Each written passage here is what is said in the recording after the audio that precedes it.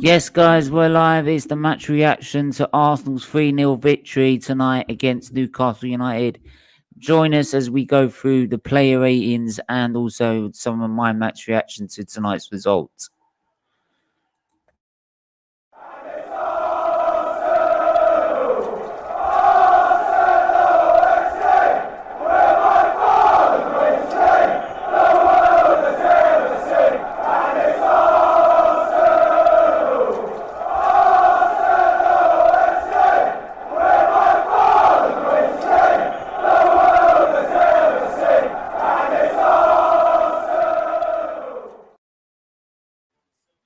Yes, guys, we're live and it's the match reaction to Arsenal's 3-0 victory against Newcastle. Before we get into this, I want you to hit that subscribe button, hit the notification button, hit the like and share button.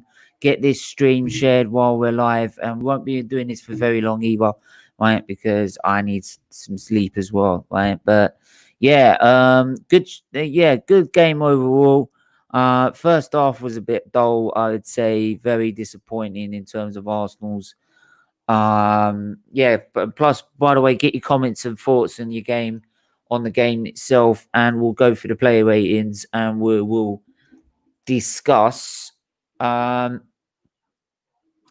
stood out. And Samin, straight on from the watch along. Hi, Steve. Yes, how are you? And for me, Arsenal started slow, very slow, very sort of not really, again, lacking creativity, which is funny how we're going on about Mesut Ozil leaving the club. And and it's the fact that we weren't really sort of open on my. We had a couple of chances. Oba missed a sitter that if it went on to the post. We did create a couple of chances, but I think the main turning point was at half time. I think Arteta decided to play a bit more pragmatic. He decided to let Newcastle come on to us a little bit more.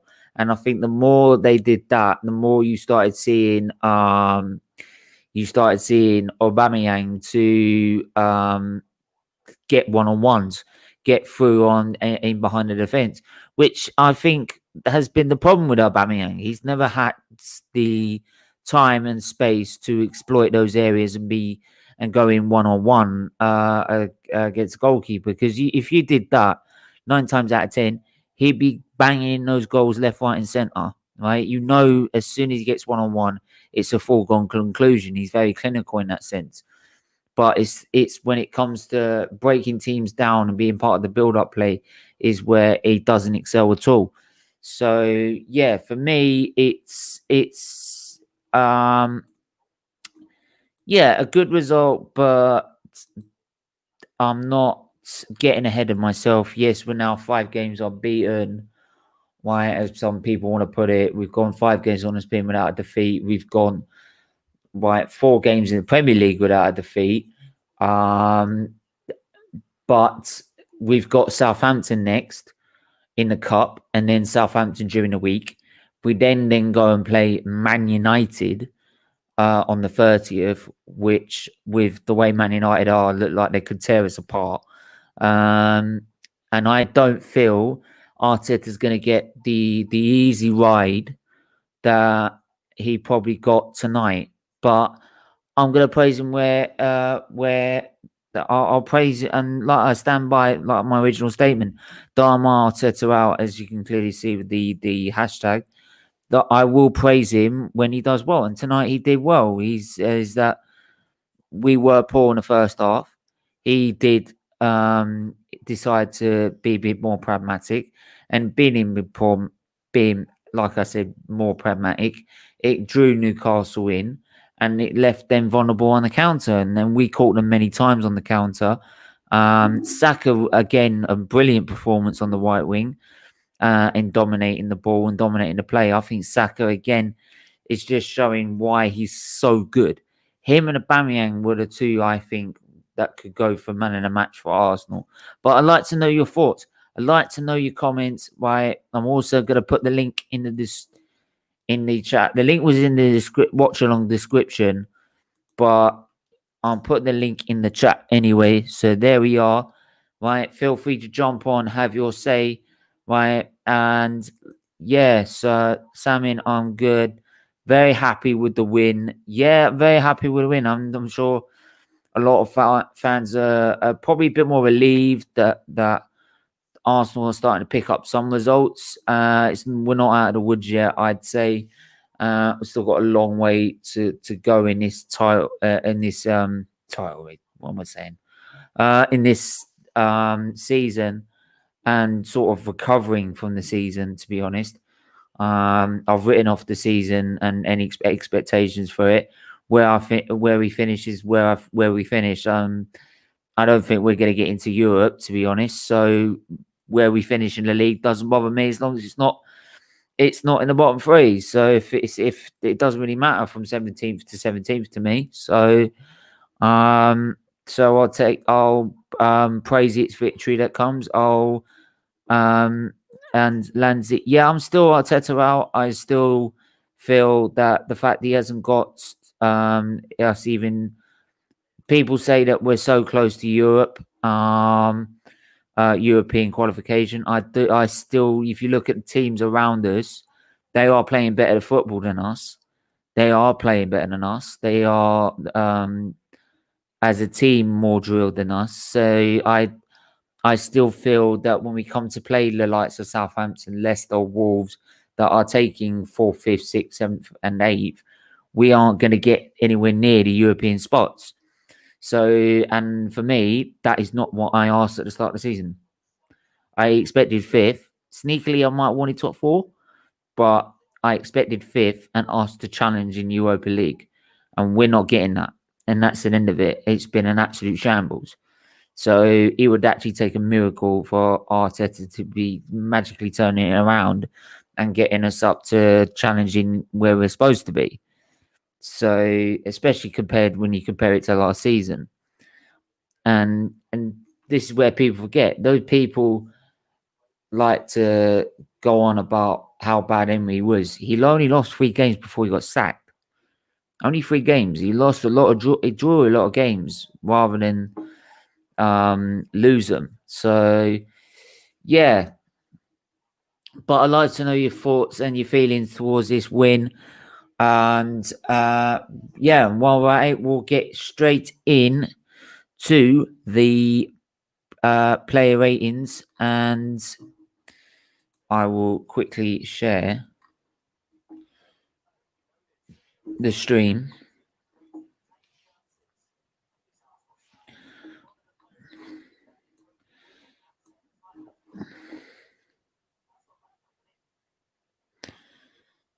So I'll quickly share this. Sorry, give me 2 seconds. All right.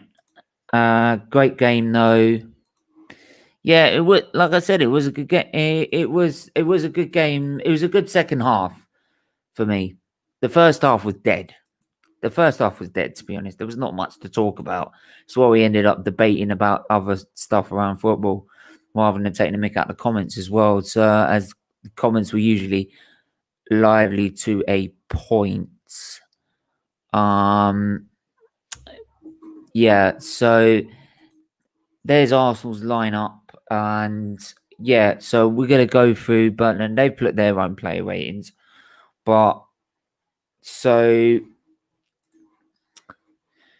like I keep saying, let me just change this 2 seconds, guys.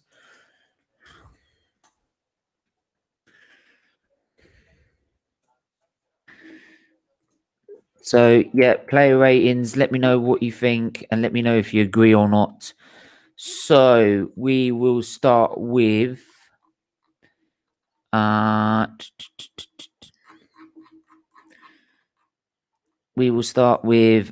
Leno in goal. Didn't have much to do, to be honest. Did his job effectively as always. Newcastle didn't really offer much going forward. Looked like they're playing for the draw with their 2 banks of 4, and But yeah. So for me, 7. Like, did the job effectively. No dramas, no question. If 6 average, then seven for me is, yeah. Just about. Let me know in the comments below if you believe. Leave it in the comments if you agree or not. So for me, a 7. So that's Bert Leno. Then we'll go to the right back of Cedric Suarez. Now, Cedric Suarez, not too bad. Had a lot probably to deal with. Didn't have actually much to deal with in the end. I thought he would have more to deal with, and the fact he's got to deal with Joe Linton, but he sort of handled Joe Linton very well. So, and again, it sort of nullified Newcastle in a sense. So for me, it's not that bad, to be honest, for me. So yeah, let me know what you think before I give a rating. Yeah, so uh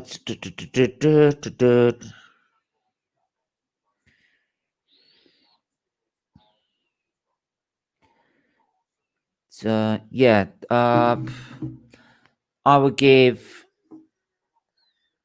7.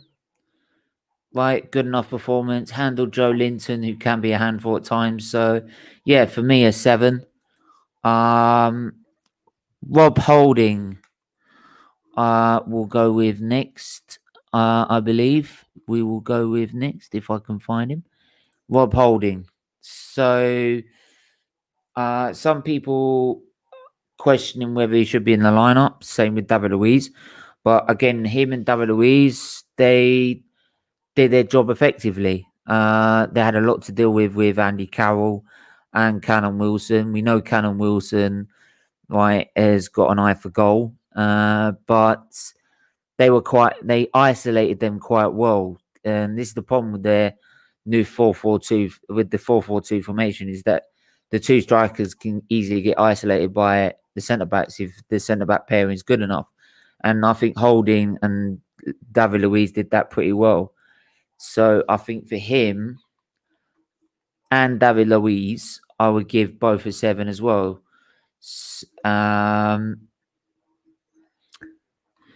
For me, next up is my man Kieran Tierney. Kieran Tierney, yet again, right, amazing performance down the left-hand side. Right, had Almiron in his pocket as usual. Right, doing what we expect of, right, Kieran Tierney. Right, again, doing what we get him out of the way for a minute. Doing what we expect of Kieran Tierney every time. Right, this guy needs to be a captain. He's got to be at least vice captain, even now. I'm telling you now, honest.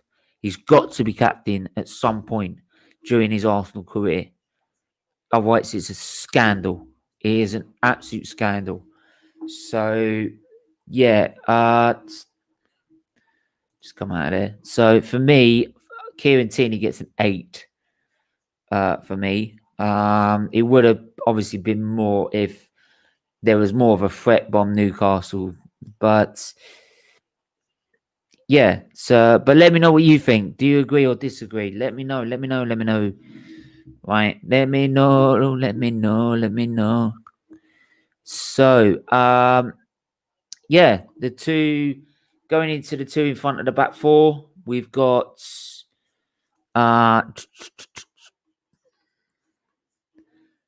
it's always when you can't, there you go, Granit Xhaka.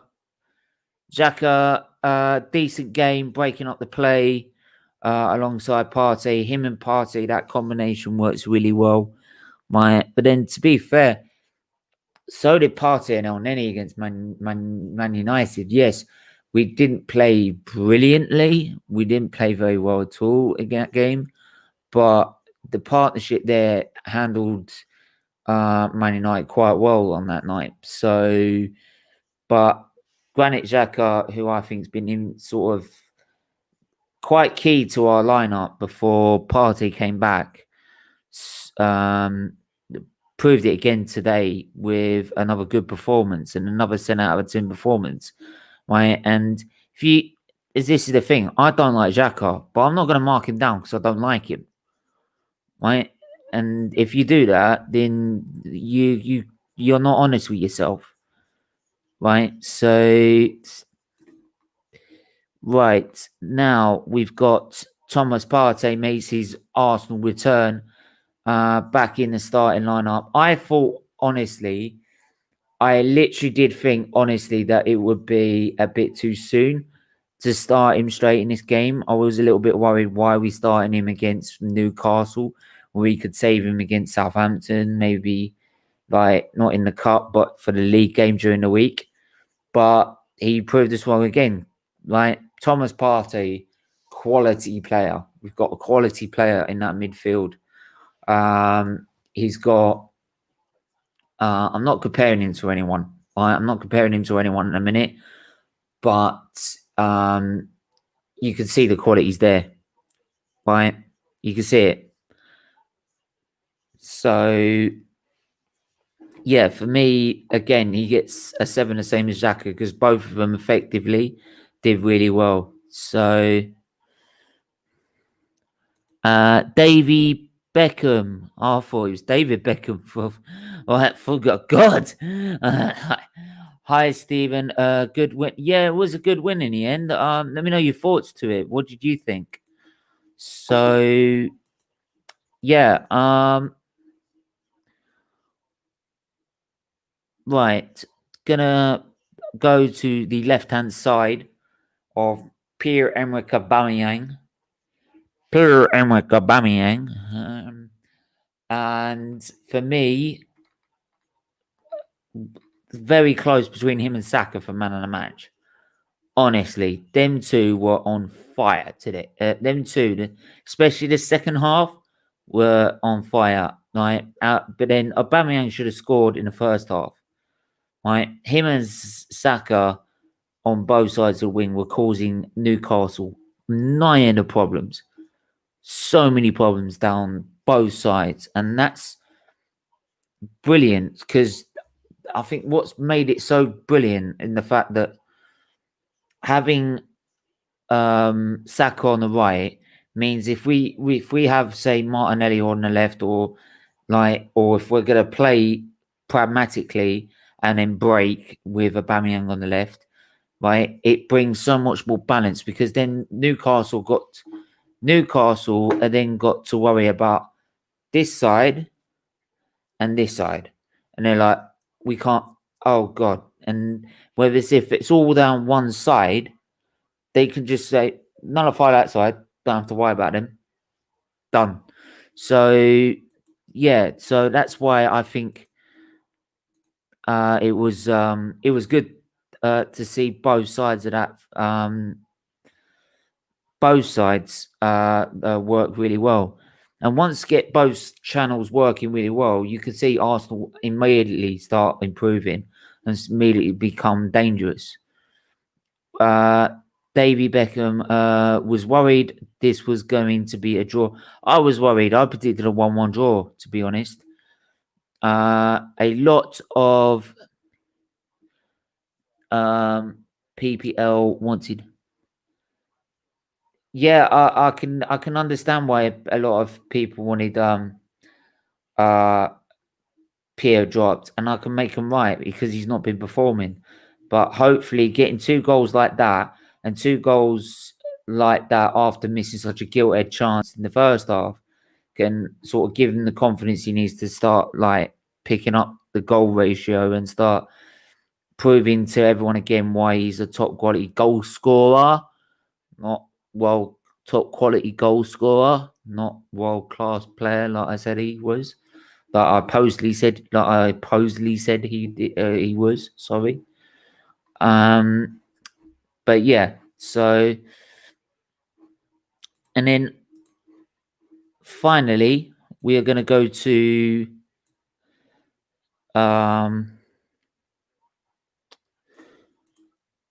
Alexandra Lacazette. Oh no, Alexandra Lacazette first. I'll do, and then I'll do Saka. So I forgot to do Saka. Lacazette up in the middle again. And it says 6.9 there, and I can't really say more because. And actually, no, I'd actually say 6 because it wasn't as effective. And I'll say this probably along in the first half, it was more about Emil Smith Rowe and Lacazette trying to open up Newcastle, and they were struggling to do that. Him and Smith Rowe as well, which is why I would put him and Smith Rowe on the likes of 6 rather than a 7, to be honest. New comment down here. Do you think his pay rise has changed him, or is it's getting older? Could be a very, very good point. I always thought it's because teams are now worked out. If we don't play such a high line, we don't have to worry about Aubameyang, because Aubameyang, if you get through 1-on-1, he's more likely going to, not in 99%, he's going to score. Whereas if we play like they did in the first half, which is trying to break, which is more about us trying to break them down, Aubameyang is not about that. He doesn't contribute to the build up and breaking teams down and that. So he's more about space running into, like he did in the cup final. So that's probably why. I wouldn't say it's about the pay rise. If it's been a year and it's still the same, and we've tried both ends of the spectrum, like try to break and also try to break teams down, then I would hear about it being like the Ozil situation, like we just had with the Sergio situation. So, but yeah, everybody keep liking, subscribing, sharing as much as you can. Right, help this channel. Who's after being attacked again tonight? I don't know why. There's some idiots out there in this world, honest idiots out there in this world, and they would do anything to spread hate. But we're not gonna let that. We're not gonna let that bring this channel down. We are gonna get this channel to 1,000 subscribers. We're gonna prove this channel wrong, right? And hate will not win. End of story. Simple as that. Right, and I'm sure if you agree with that, smash a like on the video. So the pay rise like Ozil means you can't sell him now. Yeah, I know, especially if he doesn't perform. So, and I'm just looking at the next 6 games: Southampton, United, Wolves away, Aston Villa away, Leeds at home, Manchester City at home, Man United at home. But the next game is in the league is Southampton away. Jeez, that's not easy. So, but one game at a time, I'm taking it at the minute. One game at a time. But my man of the match goes to this guy again, Bukayo Saka. Right, this guy is just class at his age as well. He's only 19, 20 years of age. This guy is insane, and he's from our youth academy. He doesn't even cost a penny, which worries me at times, because if he becomes such a class act, right? I know what our boys like. They're like, we'd rather cash in on him than rather use him to win the league, right? So, but yeah, this guy is immense, right? And I give Aubameyang an 8 and him a 9, right? Because, like, for me, he was contributing both in both areas of the defensive and offensive side of the game.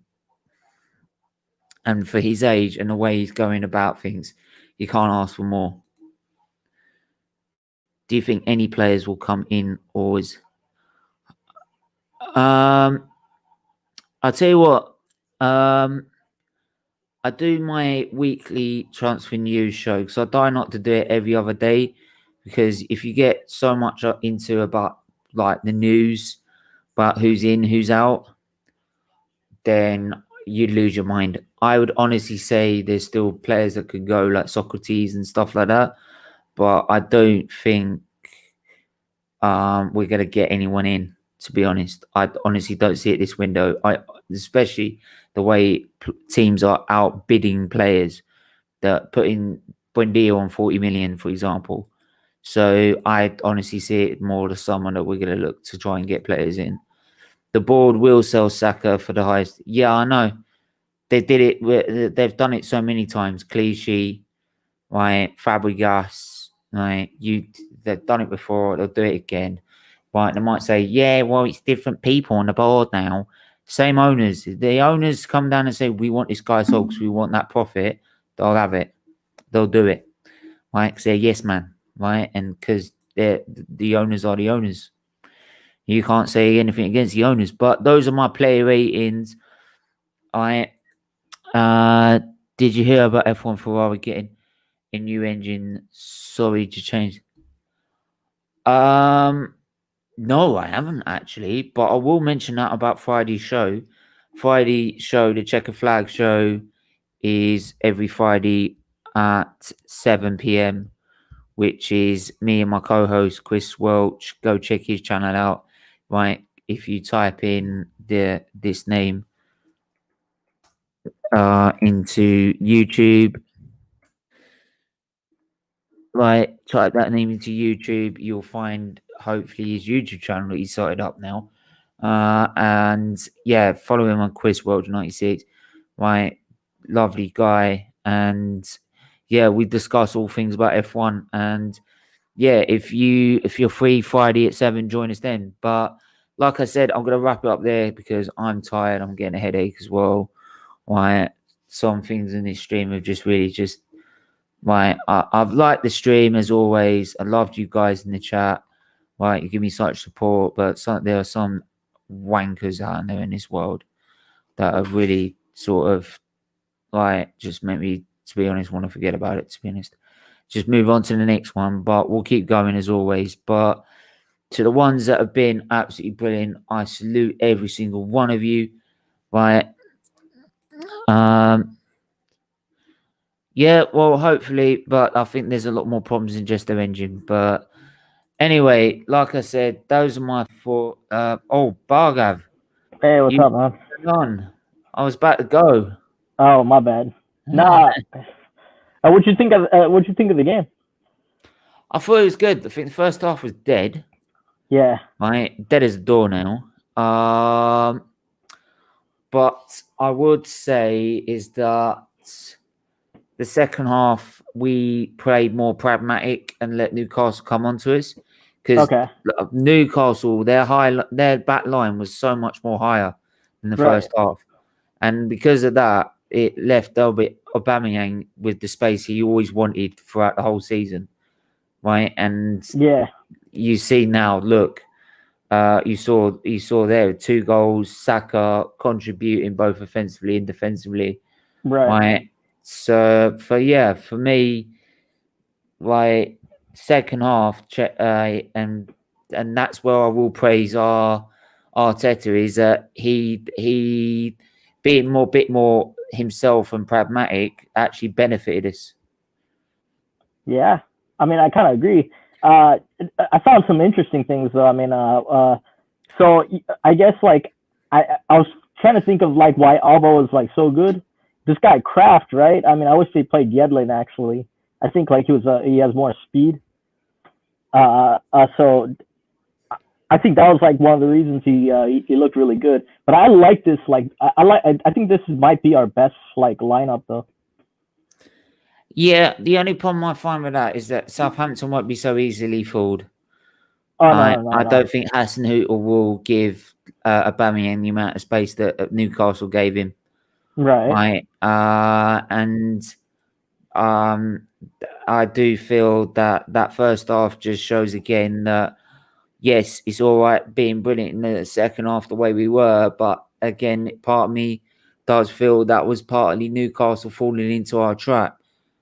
I think Hasenhüttl being the manager he is ain't that stupid. I mean, I don't see Willian and Pepe getting back in this team. I don't want to see Willian in an Arsenal shirt ever again. Yeah, I know, but I don't see Like them. the only thing that would actually fit his sort of fitting is a Spurs shirt. Yeah, he actually fits in there. But then, to be honest, if I can go on about freaking Tottenham supporters today, I think I'll get a headache. Right? You think Suarez is gonna? I think Arteta is phasing out like Bellerin though. He actually might be sold this summer. Think about it. I think this guy's gonna be here for 5 years. Yeah, I get this. I get that. But the Suarez was. This is one game with Suarez. Oh no! I'm not like I'm not. But I think he has a 5-year contract. I mean, yeah, but the times before it's been Bellerin. So if he does it on a consistent basis, then I can probably hear that further down the line. But at the minute, I'm not convinced. Yeah, I mean, obviously it's one game, but what about Xhaka? Do you think he we gotta phase him out somehow, but I think with his left-footed passing, I think he stays. Yeah, no, to be fair, like compared to El Neni, right? Yeah. Compared to El Neni, Xhaka offers he's quicker. Right. He has picked up the pace in terms of transition and passing and movement, which will benefit with Partey next to him. It's whoever goes with Partey, and El Neni's just slow. Yeah, El Neni's just slow. Yeah. Right, it's about as slow as that first half. Right, but yeah, but anyway, I'm gonna have to end it there, mate, because I'm getting a headache. Yeah, right. I'll see you like. But who would you be your man in the match anyway? It was Aubameyang. I mean, he finally. You have to give him credit. I mean, himself. Yeah, but he's judged by goals, so I guess he scored. Yeah. So in that sense, he didn't create any of it, but I don't know, man. Like Newcastle, I like. It's like it's just. This should be a formality, right? In a sense, that's the way I see it. So I mean, but then we said that against Burnley at home. Yeah, but the way I see it is like we're building towards like the Man United game, because that's in the next 3. So like this is a step, and then we'll see what happens with Southampton, and then if they consistently get better, right? But we still have a tough like February coming up anyway. Yeah. So I mean, we really needed this because, like it's going to be tough from here on out. I mean, our next like easy game is probably in March. Yeah, and this is where I do like have my reservations again. So, but yeah. Anyway, yeah, I don't know what he's doing there. But anyway, I'll catch you like tomorrow. Yeah, yeah, I've got my liver awareness show at 4 p.m. tomorrow, UK time. So, which is basically like a Q&A session. Yeah. For guys, everyone, it's my next stream coming up. You can jump on, ask any question you like, whether it be liver disease, like Children's Liver Disease Foundation, football, F1, or even if you just want to talk about your own issues as well. Right, because I think that's the greatest thing we need to do right now is just talk. Right, because I mean, mentally for me, doing all this just gets my head like clear. Right, despite all the fucking haters, right, and like the haters, love you. Just don't, right? But anyway, yeah. Anyway, guys, thanks for everyone that's tuned in, and yeah, another positive win for Arsenal when we move on to Southampton this weekend. Until then, right, catch me tomorrow live at 4 with my Q&A. Until then, bye.